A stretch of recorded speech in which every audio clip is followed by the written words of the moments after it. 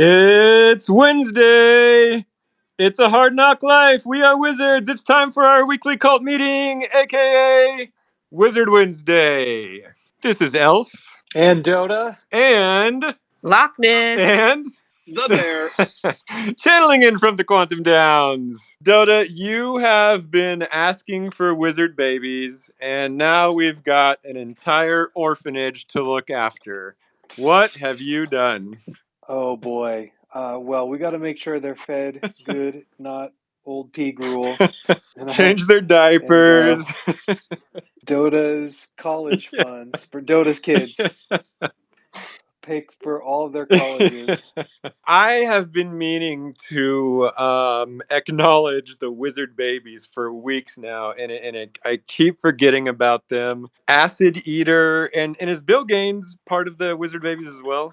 Yeah. Yes. Okay. It's been great, and yeah, I've been meaning to acknowledge it, but I've been loving the little babies. They're so cute. Looks like the community's really having fun with them. But I honestly don't know much about them. Do you guys know much about them? Well, they're unrevealed as far as I know. I don't think they've revealed. Does anyone know? Okay.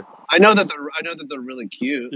Yeah. Bill Gaines or Acid Eater. If you guys want to come up and say anything about the babies, please let us know. Yeah. I think that they might. Well, and there was some drama this morning. They went to withdraw the ETH from the contract, and it was stuck. There's sort of an esoteric bug where it was sending some of the funds to like a multi-sig wallet, and it was getting weird out of gas errors.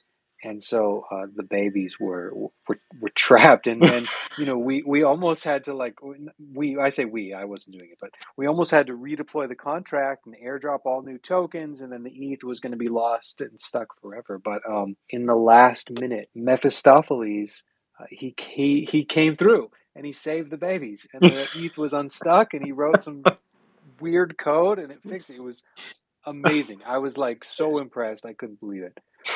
Mephistopheles rescued an entire orphanage. That's amazing. Yeah, that's a very dialectic thing to do. So, hello, Forgotten Babies, you're up on stage. Hi. Hey. Hello, everyone. Yeah, do you want to tell us about the babies? Yeah, tell us about the project. I saw this tweet from Dota about these wizard babies, and then I told my wife, Acid Eater, I was like, you have to make some wizard babies. These are too cute. And so she started making them, and then lots of people started requesting them. And so she ended up making a lot of the assets, and then we wanted to give them to everyone for Valentine's Day, because babies for Valentine's Day would have been really funny. We just weren't ready for it then, and so we had to delay.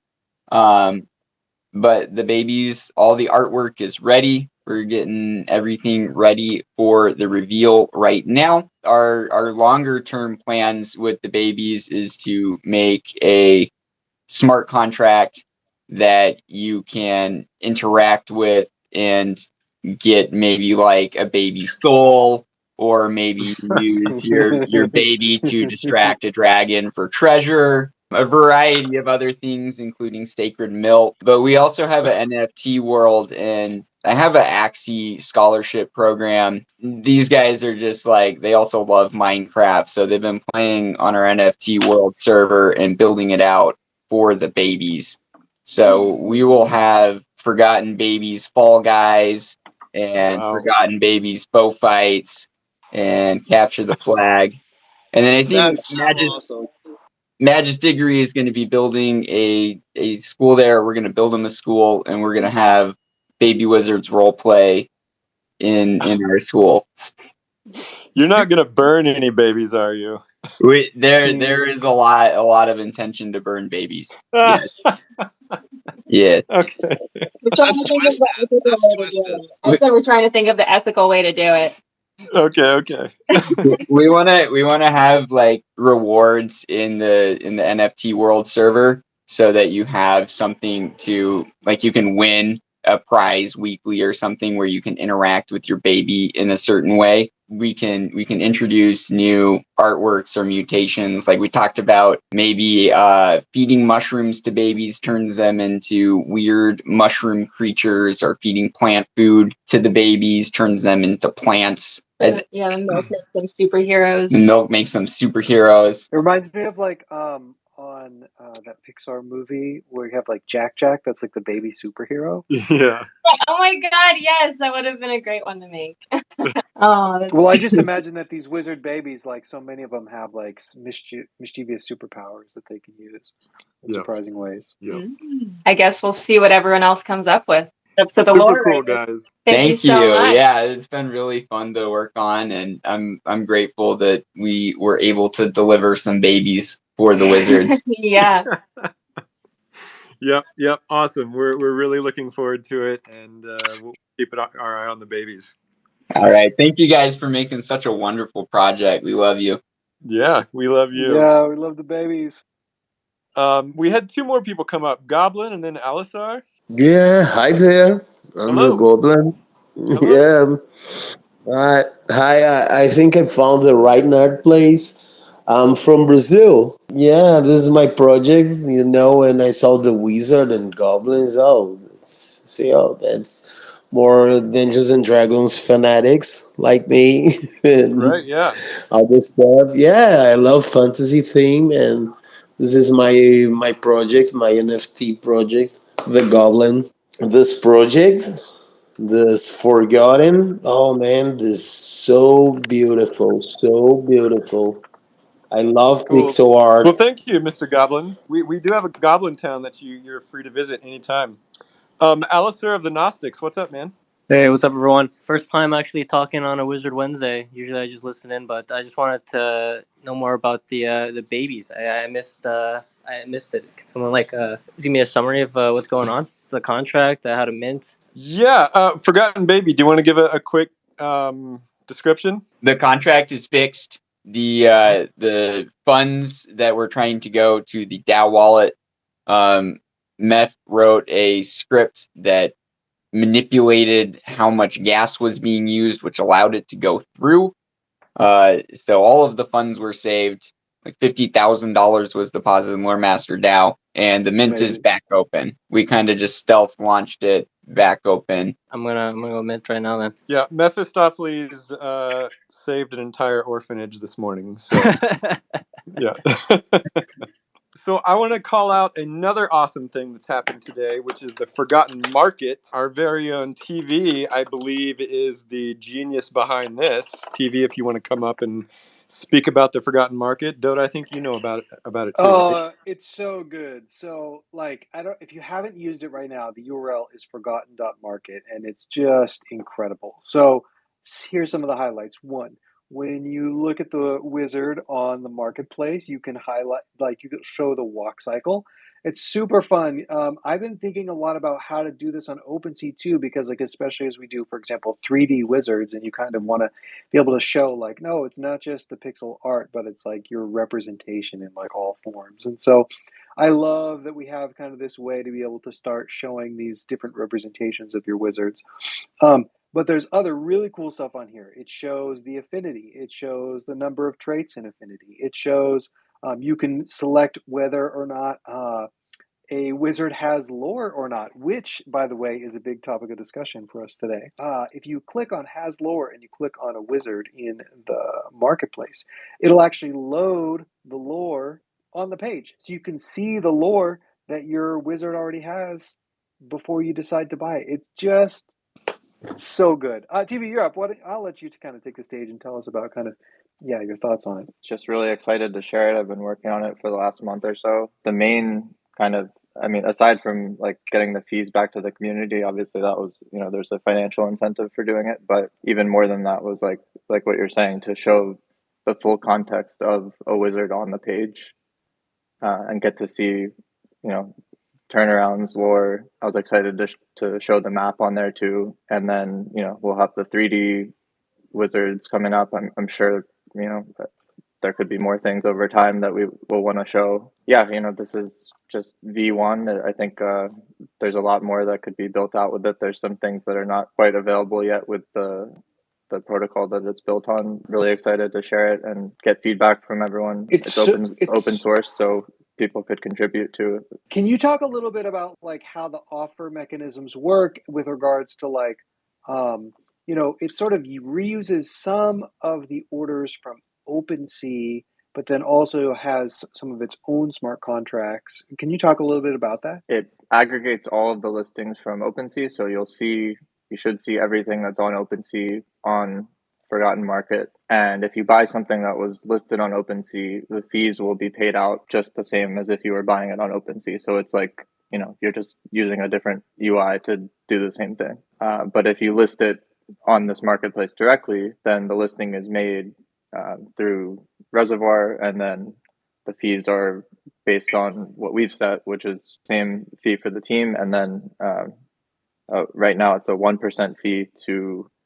the Cult DAO or whatever that's going to be. Yeah, and then it'll turn into a 1.5% fee in a few months, I think. Yeah, if you make an offer or make a listing on this site, it'll be totally, everything goes back to the community. And then you'll also see the OpenSea listings here so that it's populated and you can see all of that. But I'd love to see more listings here and more people using this marketplace as a way to get funds back to the community. It's so awesome. Like the website looks so good. OpenSea is actually down right now.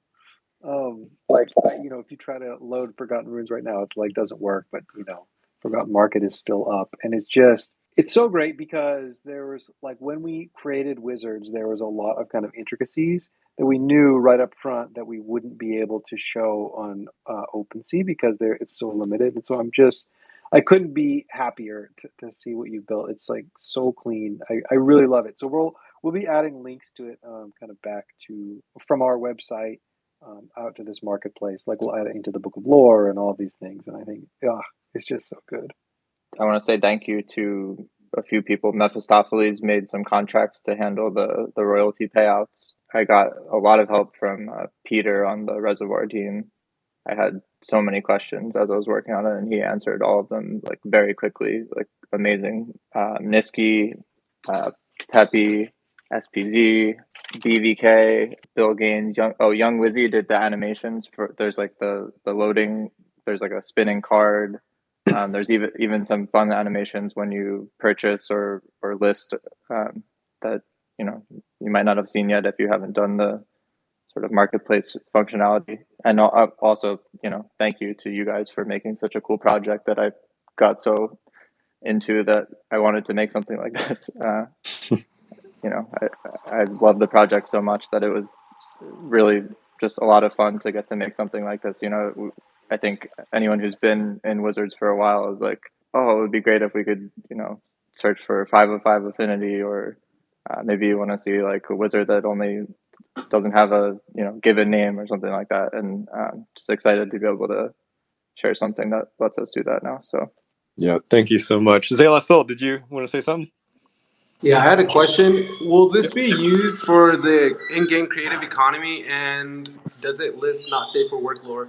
I can't speak to the game economy at all. I have no idea myself what's going on there, or I don't know. I would guess probably not, because I think the in-game economy is going to be on a different chain, so it'll be probably happening in the game, I guess. But Yep. And then not safe for work lore at the moment, I think it's just showing a notification that there is not safe for work lore, but it doesn't show it on here. I think I could link to the Forgotten Ludes not safe for work site, open to feedback there. Yeah, I think this is a good segue into the Book of Lore survey, because again, what's really one of the great features on what TV built is you can filter wizards by lore or no lore. And so this is like a very core question that our team has been discussing a lot. I know that the cult has been discussing a lot on Twitter and in Discord. So we put a survey out. I guess it's been about 3 weeks now. I want to present our findings with that. We had about 322 full submissions. I believe the survey is still up if you wanna do it. But yeah, the average time we discovered was about 30 minutes. So, I'm really impressed that 322 people took like 30 minutes out of their day to do this. I know that I don't have 30 minutes free in a day. So first of all, thank you for that. And then I wanted to share one interesting question with you guys that we learned. This was the most interesting question to me, at least, which was the question is, we want to know your primary motivation for creating lore. And then we said, please rank these options from most important to least important. And there's 8 options. And so I want to tell you how that ranking panned out. The number one reason for creating lore is it's just fun and I enjoy the act of creation. That's the number one reason, which I think is the perfect reason. The number 2 reason was I love the idea of the collaborative legendarium and I want to help build this world. I think that's the perfect number 2 reason. That's what I would have chosen. Number 3 was it makes me feel part of the community. And I think that's a great reason. Dodo, can you mute your mic when you type? Okay, Oh thanks. man, I thought I had it opposite. So I just shared the results in Discord, but I thought I Oh, was great. muted. Yeah, awesome. Number 4 is I might get airdrops. Fair enough. You guys are being truthful. Number 5 is I hope to see my creations in larger media expressions like TV or comics. I think that's great. I think that's one of like the core value props that we are trying to offer. Number 6 is it lasts forever on chain. Number 7 is I want to share with my friends. And number 8 is I believe creating lore will increase the value of my wizard. The fact that that's the last option really I shows love it. me that the lore not floor ethos is strong. Yeah. That's amazing. So Yeah.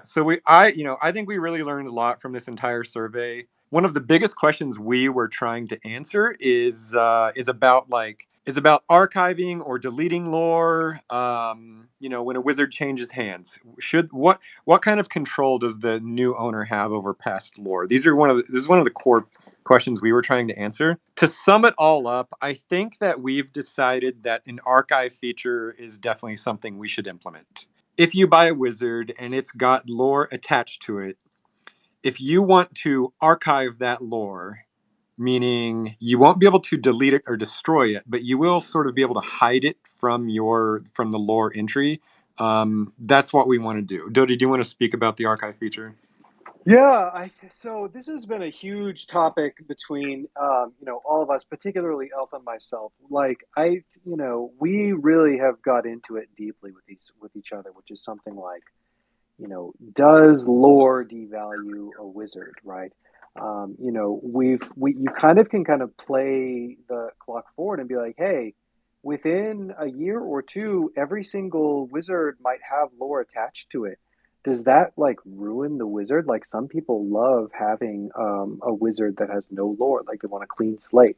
Are we shooting ourselves in the foot or painting ourselves into a corner by not letting lore be deletable? Because like what if you sort of have some genius come along and they want to have a fresh wizard and they can't find any. It's not even that they'll just say like oh well, I'll just start with a wizard with lore that I don't like and work on it. They might say oh, I don't want to start with wizards, I just want to start with a completely fresh thing. There's definitely an aspect of where folks want to be able to start with a clean slate. And so one of the questions we were even asking is like, oh, did we make a mistake? Did we make a mistake making lore undeletable? Should we, even everything was on the table, right? We're saying like, should we even create like a new book of lore, archive the current book, and just like be like, that was the old book. This new book has like deleting in it. And we talked about it, but I have to tell you that I have like a very strong reaction against it. I think none of us did. None of us wanted to really delete lore. I don't think that was really seriously considered, but it was something we talked about. Yep. But I for sure had like a very negative reaction to that. I mean, because I think one of the things we found is this kind of like trade-off around like preservation and creation, right? That like for me, a big part of the Book of Lore is this idea of lasting forever, of never being forgotten. Really, I compare it to this idea like you can look at this like there's like 3,000-year-old Egyptian carvings, right, where there's like a couple standing together, and their faces are like scratched out because the people who came after them wanted them to be forgotten in the afterlife. And I think, for me personally, a big part of the Book of Lore is that it doesn't allow our faces to be scratched out. I think that like you might, we wonder like, should a future owner be burdened by stories they don't vibe with, right? Permanence is a super heavy burden to bear. And maybe we're making like too much friction by making lore undeletable. Maybe the cult would be more prolific if writing lore was as easy as writing a tweet. And it's almost this, like, the permanence problem is almost like the Midas problem, right? Where like everything you touch sort of turns to stone. Maybe it's gold, but like if you sort of like hug your children and turn them to gold, like what value is that to you? But I also think that like in the permanence is a sort of protection. I think it's like a protection from being forgotten, right? If lore could be deleted by a future owner, you might say like, well, I'll never sell, so no future owner can ever delete my lore. But like you'll eventually die, right? Like a new custodian will be appointed in your death. And so I think that like deletable lore sort of would mean that you're destined to have your lore compete in this like eternal competition for ideas. The finite now is always going to be overwhelmed by an infinite future. And so the idea with undeletable lore is that your story can't be forgotten, right? The wizards won't be forgotten again. Like the burden of permanence is heavy, but so be it. Like the Book of Lore isn't tweet. I think that there's always going to be friction when you're carving in marble, but that doesn't mean it's like not worth doing. And so I think, yeah, the permanence aspect is a really important for me. And I think that you have this trade-off in a lot of systems, which is like, okay, you have permanence, which causes stagnation, and you also need to have room for creation, which is also a form of like destruction, right? You can think of this as like the yin and yang of like order and preservation gives you like structure and protection, but like creation helps order become unstuck and become interesting again, and become new life and become fresh. And so we think by like having this archive feature, then that sort of gives it gives a balance between order and chaos, that you can have an eternal preservation of your lore into eternity, but you also have an opportunity to create something fresh every time you acquire a new wizard. So yeah, that's how we're thinking about it. Well, yeah, I mean, Dodo and I have been debating this for weeks. I had a slightly different take, which was just, yeah, like Dodo, you talked about like this eternal battle of the market of ideas, or the market of just compelling content. In all of human history, the reason stories survive is because humans have selected them. There's like a Darwinian mechanism. Like the reason like Beowulf is still alive today isn't because some technology forced it to survive. It's because the story was just compelling enough to stick in our culture, in our speak to our psychology, speak to who we are as humans. Like that story is ancient and it's still alive today because humans have wanted it to be alive. Whereas other stories have been totally forgotten, and I'm guessing maybe it's just because they weren't that compelling. I'm sure there's other like reasons, like reasons of things like colonialism and like history is written by the winners. There's other forces that select cultures and stories to survive. But I just thought that the Book of Lore should sort of more mirror that natural process that humanity has always engaged in.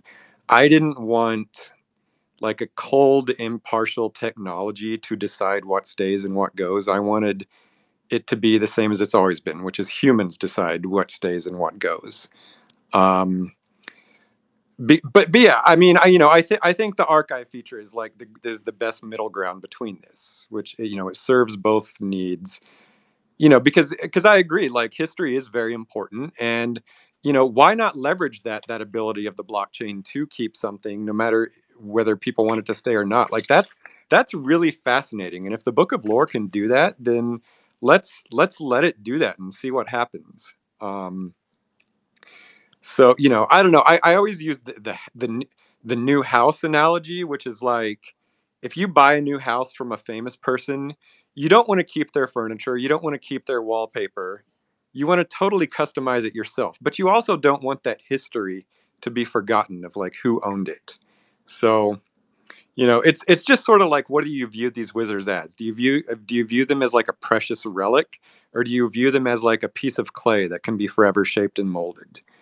I don't know, but anyway, I think the archive feature is going to be great, and it'll take us a while to implement it, but I think we're definitely going to do that. Yeah, just to throw in my 2 cents, I'm so happy with how the results and the thoughts of the community. Just to underline what you guys are saying, I think this is like such a clean solution that it memorializes what's important about the project while also giving some flexibility and optionality to everybody who owns a wizard at any given moment. So I think it works for everybody. I'm excited. De La Soul, did you want to say something? Yeah, I was wondering if some stories are compelling enough, whether if they were archived, if we have the ability to unarchive them and continue that story. Yes, yeah. In fact, the archiving is going to be completely on kind of the front end. So you can even think of like how we have, let's say, for example, the not safe for work settings now as a form of like, it's not archiving, but it's a similar thing, which is like, maybe we don't show those on forgottenrunes.com right now, but they're still like, they still exist and are available for like someone else to surface. And so, what is the like control mechanism for archived lore? That's something we can kind of talk about as a community. Is there some sort of gating or not? I think that's TBD. But I think the plan is that, like, if, for example, I own a wizard that I got from someone else, I don't like the lore, and I archive it, and then I sell the wizard to you, Zay, and then you do like that lore from 2 owners ago, you will be able to archive or unarchive like all of the previous lore. And the idea is that you're able to sort of like present your wizard in kind of the like most public facing book in a way that you wish, while at the same time, preserving history no matter what. And it's not without its flaws, right? I mean, I think some people are going to do garbage lore, but I think I don't know. History is not without its flaws, and I think that the benefits outweigh the costs of that, because I think in most cases you'll have good lore that will be saved. Yep. Awesome. So yeah, if you guys, this archive thing, it's something that our team wanted to do, but also just the results of the survey also suggested that the majority of you are in favor of an archive feature. So anyway, thank you for participating in that. Let me pivot really quick. I still want to leave some room for Lachness to tell us about her experience in ETH Denver. But I want to mention one other quick thing that we're going to poll the community on. And actually, I don't know if it's going to be a poll. I don't know what form this is going to take yet, but it's regarding the honoraries for the Warriors collection. And so, first of all, we've been seeing a lot of chatter on Twitter about people nominating cult members to receive an honorary, and I love that. I think that's an excellent way to go, because nobody knows the cult better than the cult. Nobody knows who's more deserving of an honorary than the cult. I don't want us to choose. We were thinking about doing a contest, and maybe we'll still do that. But I also think this system of everybody putting up some nominations is excellent. So we're still trying to devise the exact form that this honorary or this nomination thing will occur in. If you guys have suggestions, please DM me. I thought about doing a Twitter bracket, but there's something kind of blood sport ish about that I don't like. So I don't think we'll do a Twitter bracket. Yeah, I think there's interesting ways to do it with like Snapshot, for example. So Snapshot, we could actually do something that's like an on-chain voting of like wizard holders, and so then that's like auditable. And I don't know, do we have to do voting? I think that seems the most democratic. But yeah, I love this idea of like doing honoraries for the cult. I'm so excited. Warriors, it's going to be so fun.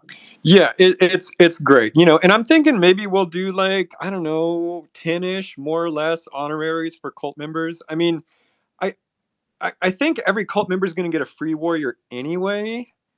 But if you get an honorary, of course, that's going to be like a custom one that you can like tell me what kind of warrior you want, and I'll draw it. Um, so yeah, we will be coming up with that soon-ish. Because yeah, the customs for the cult members are the most important. We talked about a few weeks ago a really spicy topic about making one for Paris Hilton. We're not going to do that. But Bearsnake he's been making some awesome moves as far as like others we might want to do this with, and obviously I'm not going to ask him to reveal who this is, but Bearsnake, do you want to like give us any updates on what you've been up to? Gosh, well, yeah, there's definitely some really interesting conversations that don't involve Paris Hilton, and that feel really aligned and sort of, I guess, like on brand is the way to say it. And so, yeah, I think spending my a lot of my time, well, not a lot of my time, some of my time, finding those really sort of special people who we think. You all would be sort of over the moon about. And so, yeah, I can't really talk in a ton of detail, but just know that like there's wizards out there that aren't a part of our cult that will probably become a part of our cult. So stay tuned on that stuff. And it's really exciting. This kind of stuff, engaging with celebrities or actors or what have you, is a bit of its own thing, and it's like it can get complicated, and we want to make sure that people get in, the people that we approach, even if they like make sense to be a part of the cult, that they want to do it for the right reasons. There are people that would want to come on Wizard Wednesday. There are people that would be honored to switch their PFP to a wizard, and so yeah, just spending some time doing that, and then I think LV wanted me to talk maybe a little bit about the show. Yep. So I think the idea of a Forgotten Runes TV show is sort of one of like the keystones to our. I'm having such a hard time talking today. It's like a TV show is like one of the keystones to where I think it establishes the project in a way that elevates us and gets us out there, spreading the word about the world and the Runeverse. And so I've been talking and working with one of the biggest, maybe even the biggest talent agencies in the world, to help find a showrunner to sort of lead the charge on the show front. And if people, I don't know if we've talked about this before in other Wizard Wednesdays, but a showrunner essentially is the guy or gal who sort of leads the writers' rooms, helps sort of build out the world, and lead scripts, and make sure that there's a quality control over all of it. And obviously, we'll be heavily involved in the show and making sure that it represents what we want it to represent. But the showrunner is like a key piece to getting a show made. So when you walk into Netflix or Amazon or Hulu or Peacock or wherever, you walk in with someone who has experience running shows. These shows cost tens of millions of dollars, and when someone invests in them, they want to make sure that the investment is as de-risked as possible and has the best chance of success. And so these showrunners really represent the tip of that spear. You walk in with an experienced showrunner who's either created their own shows in the past or run other shows over season. That gives the buyer, these distribution platforms, confidence that the show is going to actually be good. And so, spending a lot of time doing that. There's a lot of really interesting names being circled.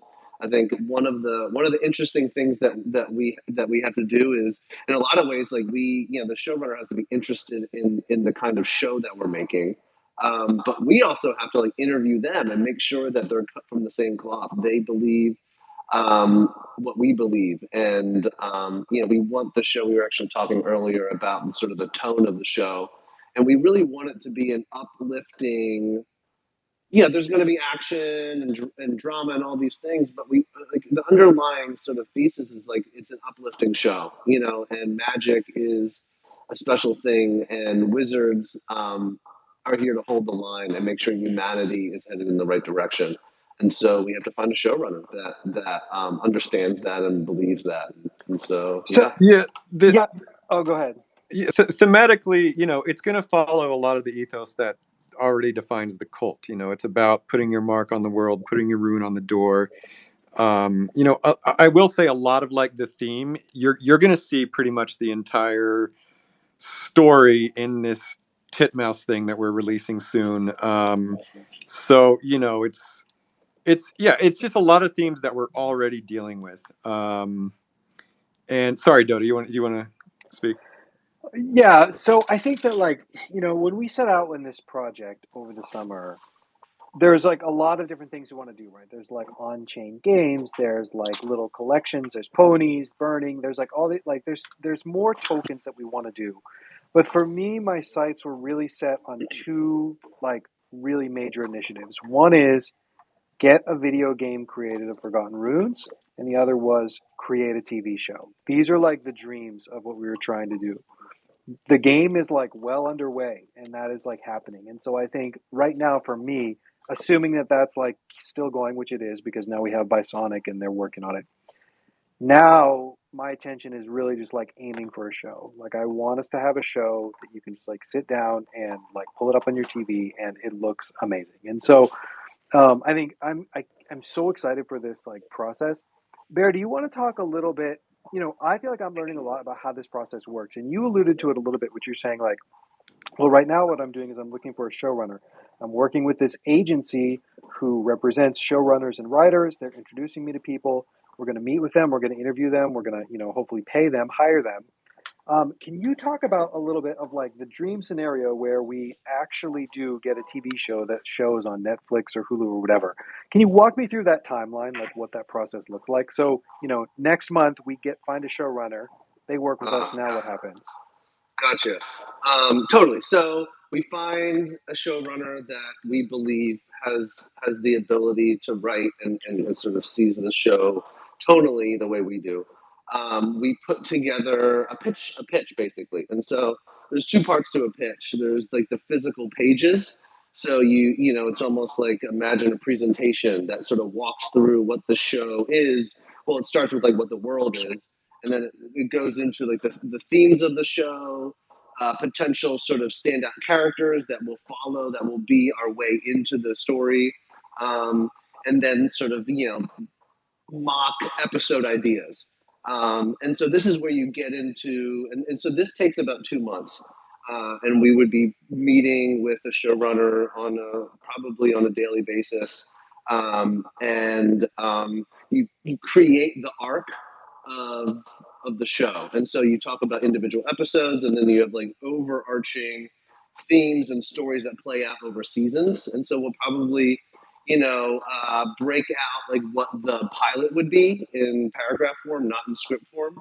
And so we work on that, and luckily we were partners with Titmouse, so then there'll be amazing art as a part of that pitch deck. And we have this trailer, which really as my daughter would say, it slaps. Which I don't know where that term came from. So after those 2 months, we then go out and we meet with every single buyer. And so when I say buyer, that means like Netflix, which we actually contractually have to go to first, because Titmouse has a first look deal, which means that any original idea that they have to bring to Netflix first, which is fine by us. I remember when we were meeting with Chris, who runs and started Titmouse, was like, hey, I really want to do this. Is it okay that we have a first look deal with Netflix? And we were all like, yes, that's totally fine that we have to go to Netflix first. I I love that platform, and they have a lot of great shows, and I think we make sense there. But basically, within like a week or 2 week span, you go and you sit. We go in with the showrunner, and we pitch the show to all of these places. We go through that document, we play the trailer, and the best case scenario is um, more than one platform wants to buy it, and then we figure out what the best deal is, and then we go with where we think it's going to have the best chance of success.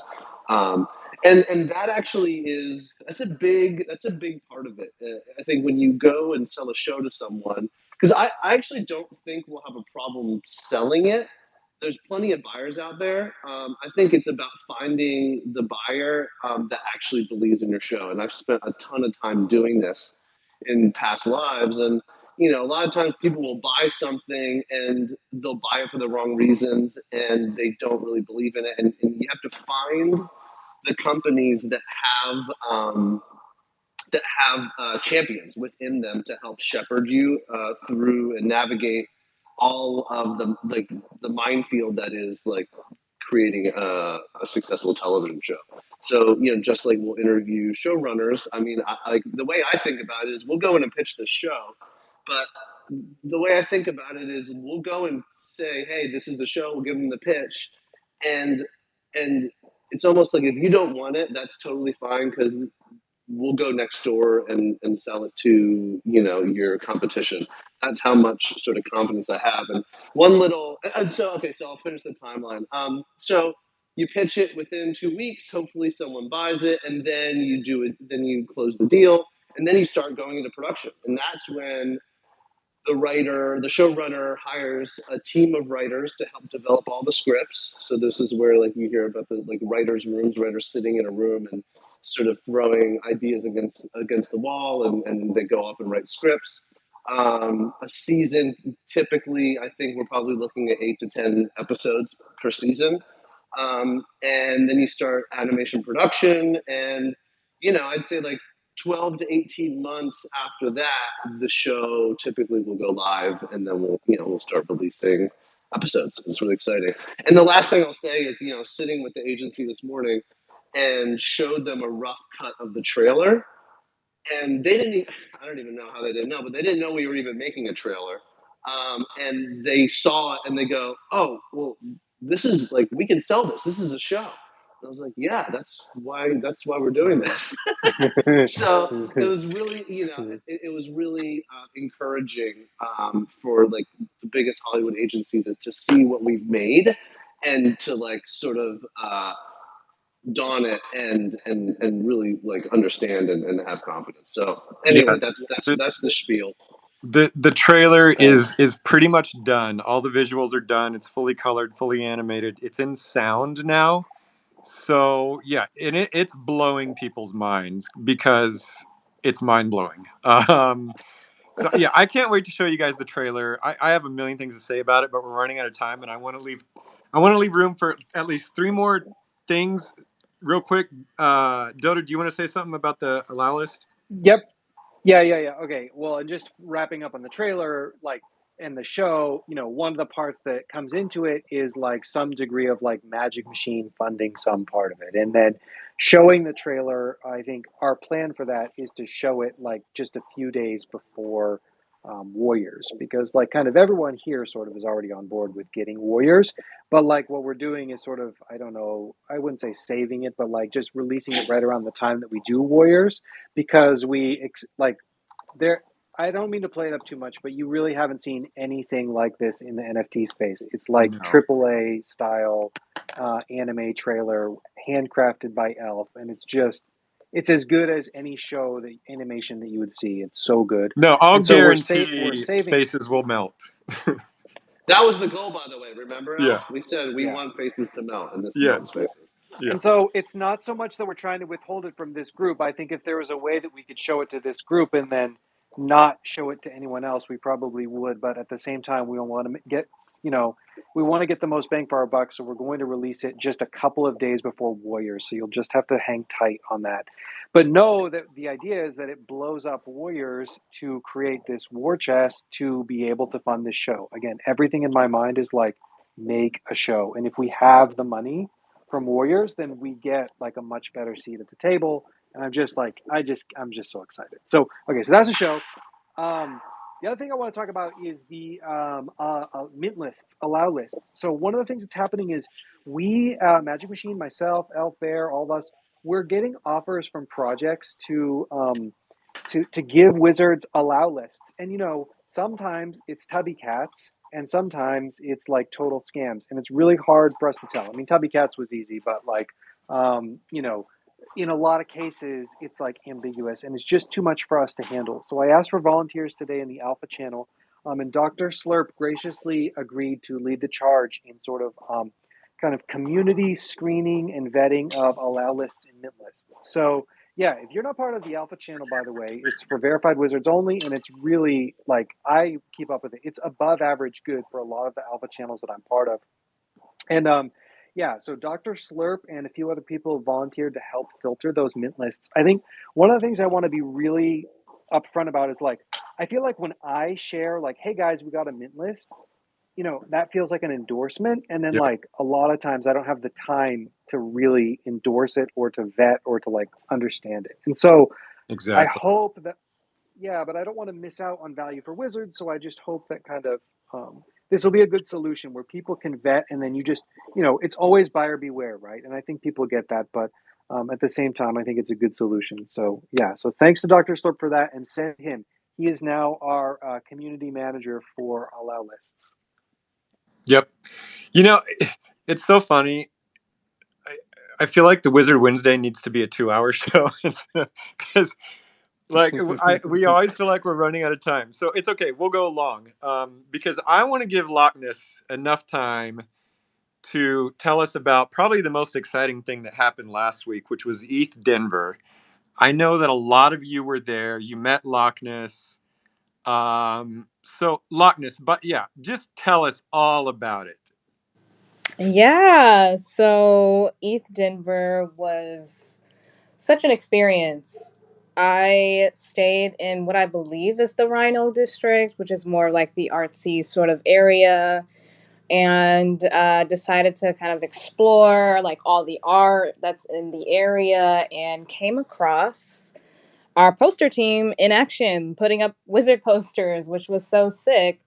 A few of whom may be here. I know for a fact that they're in the Discord, and so it's just awesome to see how enthusiastic people are. And shout out to Bear for organizing a lot of our promo in ETH Denver. But everywhere I turned, there was a wizard poster. Like no matter what part of the city we were in, there was a wizard poster. And I just love that it wasn't just concentrated in like kind of like the sports castle downtown Denver area, and was in other areas of uh, the Denver city, just because once you leave that space you kind of take a break from like NFT brain and crypto brain, and then you're just like walking or having dinner somewhere and you're like, wait, that is that a wizard poster? So that was really fun. And then I also want to thank every single wizard that came out to dinner. We had dinner at the Klein House, which was very on brand for us. They set us up in a room that had a really nice fireplace.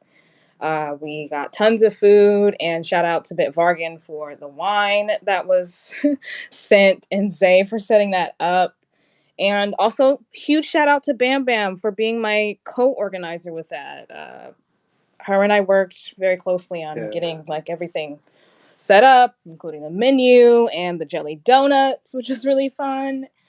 One of the things that really stuck with me that I absolutely love, and to be quite honest, was nervous about meeting people IRL, because it's sort of like a docs, right? But it felt like Discord IRL. It felt like everything we talk about on the internet was real. And it also just like, I feel like it made us closer, guys. I feel like it was like our first date. I love it. Um, a huge thing that I want to mention is that the conversations that were had, we got super into our lore, the lore of our wizards, sharing the characteristics of our wizards. I also loved learning about people's perception of our execution and just the compliments that the team received in terms of, building this community, supporting you guys, and creating space for folks, both digital and IRL. I really want to thank you guys for showing up and showing up authentically and as yourselves, as your wizards. I think it's safe to say, like, all of us wizards left our rune on the door of Denver and made our mark. Another Right. thing that happened was also the Meow Wolf visit. Shout out to Zay and his family. By the way, I'm obsessed with your baby. Speaking of forgotten babies, her and I kind of bonded, which was really nice. We explored Meow Wolf, which, is sort of a psychedelic museum, and you just open up, you choose a portal, and then so much inspiration for IRL wizard stuff. It's not even funny. As a matter of fact, I did spot Elf in statue form. But yeah, and also, just walking around after dinner, meeting up with everybody of different projects, and just getting to know like the space overall was just really a great joy. And I really enjoyed my time there, and I'm very excited for all the future IRL events we'll be hosting. You mentioned that when we talked about this yesterday, you put this awesome image in my head of all the wizards sitting around the fireplace discussing lore. I just love that. Yeah, it was legit like lore around the fireplace. We totally did not follow the guidelines that they had in terms of seating just because it was a little tight. So we just grabbed our chairs and like created sort of this like little circle, and it was great. No, I mean that's ancient. That's timeless. Sitting around the fire talking lore. It's perfect. Yeah. And Locke, I just we wanted to just thank Locke for doing that. I saw the group photo that you guys took, and I just got to say, what a good looking bunch of wizards. So fun. Yeah. Can I just say one thing also, just in terms of IRL events? We are going to be at NFT NYC in June. Yep. I think it's like June 20th to 23rd. Yeah. And we're going to try to sort of outdo ourselves from ETH Denver.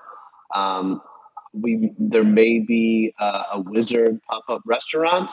That's what we're working on right now. And it's also where we'll be launching our comic book with a really fun partner also. So, if you guys have a calendar, I would mark that because I think a lot of us are going to be in the conference over there doing some fun stuff.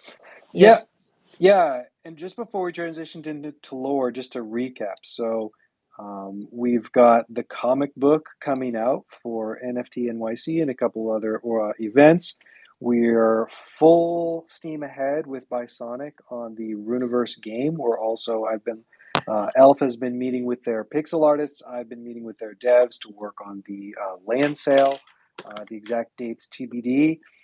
We are working together to create 3D wizards. So all 10,000 of the wizards we're converting to 3D.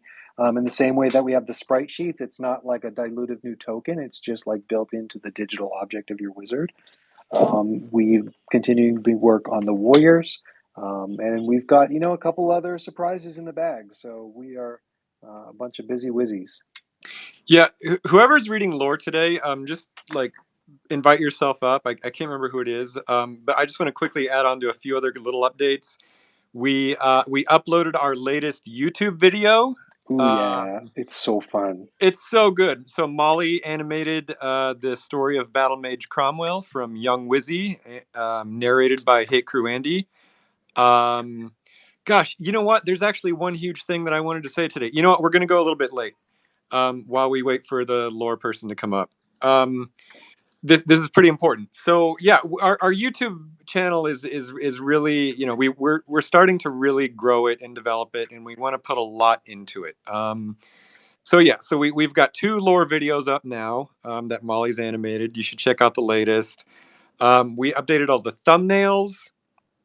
The YouTube channel is also where the animated piece with Titmouse is going to appear. And so we really want to just really boost our channel. And one thing we want to do is we want our Wizard Wednesday videos to be much more visually appealing, I suppose. And we want to hire a video editor to help us do this. And I think this position should go to somebody in the cult. So this is me putting out a job offer. Basically, we need a video editor who is going to be able to edit one video per week, the Wizard Wednesday videos. They need to be able. So what this is going to involve is they need to be able to listen to the entire video and add visuals where you think it's necessary. Now, obviously, you don't have to put a visual for the entire hour. Like you can use imagery that loops and animates. But like, you're gonna need to like if we shout out cult content, I want that piece of artwork to show in the video, and I want the credits to appear on it. Also we need someone who's in the cult because they're going to understand all the inside jokes. So like if we say something about a jelly donut, a cult member is going to understand what that is, and they're going to be able to like show the appropriate imagery for the jelly donut. If we hire somebody outside, they're not going to get all these inside jokes. So yeah. If any of you want to be our official Wizard Wednesday video editor, just DM me. Again, it's one video per week. So you're going to need to be creative. You're going to need to have the technical proficiency to make the video conform to all the YouTube technical demands. But yes, this is a paid position. It would be great if when you DM me, you can have some kind of portfolio online to show me, or at least some videos that you've done. So yeah, that's that. And yeah, hopefully we get some good submissions. Do we have our lore person up here yet? I don't know who's reading. Not the lore person, but I just wanted to quickly and not interrupt too long. Sure. I want to give a shout out. I'm out here with Shaman Voidith of the Keep and the Purple Yoga Collector. We were all at the meetup, and I just wanted to emphasize how well the meetup was and how cool it was to like be out there and meet everyone. And even when we, were walking around ETH Denver, we'd run into people and they would see, the wizard hoodie and be like, "Oh, wizards!" And then Shaman Voidith, of course, had the car. Yeah. So I think we were very well represented out there. So I just wanted to give a thank you to everyone who made that happen, and everyone we met. It was so cool. But yeah. No, thank you for coming up. It sounded like such a great event, and I know a lot of you were maybe asking like, "Where's Elf? Where's Dota? Where's Bearsnake?" We're sorry we couldn't make it, but Elf or me and Bearsnake will at least be at NFT NYC. I don't know about Dota yet, but you'll be able to see us there. There was a point where I stalked your wallet, Elf, and I seen there was a buffercorn in there, and I thought just maybe, like, he's gonna fucking just surprise us. No, not this time, but in the future, yes. Cool. Yeah, I guess we don't have our lore person today, but we can maybe double up next week. And there's like so many other things I wanted to get to today, but it's okay. We'll wait, or maybe we'll just do a 2-hour show next time. Yeah. Anything else? Dota, Bearsnake, Lock? I think SPZ just offered to read lore of Bloody Mary's lore. Oh, great! Yeah, let's do it. And by the way, let me give a quick shout out to SPZ, who has been working on another bot. Familiar bot. I love the bots in the Discord. So SPZ, welcome. Hey. How you guys doing? Hey. Good. Cool. I dropped out. You want me to read Bloody Mary for a sec? Yeah, absolutely. Oh, cool. Okay, so hope you guys aren't bored of hearing my voice by now, but I wrote a. Not at all. Cool. So Blocko, our favorite sweeper, approached me again to write some lore, and this time I was super happy to get Bloody Mary, the one of the cooler ones, I think, of the Soul Collection. So I was going for a bit more of a gnarly, sort of repulsive style on this one than the previous ones. So it's quite short, so I'm just going to jump into it. Bloody Mary Genesis. The night air held a rancid and repulsive scent. Ash drifting on the lazy breeze, acrid smoke billowing and obscuring the hunter's moon, partly visible above in the cloudless sky. The obscene smell was enough to make one gag, to make weary eyes run rivers of sooty tears and set sniveling noses running. Only the barest whimpers and the slightest wheeze, accompanied by the symphony of sizzling and burning flesh, could be heard over the sound of hard heels slapping on cobbled stones. Ever since her first execution, that delightful maiden voyage so long ago was now one of her most precious memories. Her trusted torch had burned ever more fiercely. The immolations were a necessity at first, to cleanse the realm of heretics and the unfaithful, but more and more the ritual leaned deliciously towards indulgence. It was truly a wonder to observe and delight in all the fascinating ways the fire affected the body. From the initial agony of searing the nerves from the skin, granting the doomed a short-lived reprieve, to shifting fluids and shrinking husk. Then, with the expulsion of one final foul and gurgling breath, her trap would slam shut, imprisoning the unwilling spirit, stench and all, to an eternity of subservience in her incandescent vessel. Her ritual concluded, a confident stride swiftly took Mary away from the enormous pyre, her biggest yet, torch sputtering and spitting merrily at her side. Sated for the moment by the latest edition of tortured captive souls, she raised her magical companion to cast the gloom ahead in vermilion hues and disappeared into the night. All right. Yeah, I remember you were asking me about the torch that she has. Yeah. About how does it keep souls in it or not? Exactly. Yeah. So that's kind of the idea. Right. It becomes this sort of prison that maybe takes on some of the personalities and the stench. I will say you got it looks like you did some research on what happens when a body is burned. Yes, I did. I gotta be honest. First I did, and I was like, I actually had to close that tab because it kind of made me nauseous reading it the first time. Yeah. But then I came back to it and I was like, wow, this is actually quite graphic. I can use this. Yeah. Well, it's appropriate for Bloody Mary. So it is, right? Yeah. Yeah. Awesome, guys. Very cool. Well, yeah. I guess that is today's Wizard Wednesday. Unless you guys, does anybody have anything else? I think I'm good. Excellent. Well, this has been Elf, And Dota, TV, Bearsnake, Zayla Soul, Bloody Mary, Lachness, and an entire orphanage of wizard babies. Channeling out from the Quantum Downs. Good night. GN, everybody. Bye.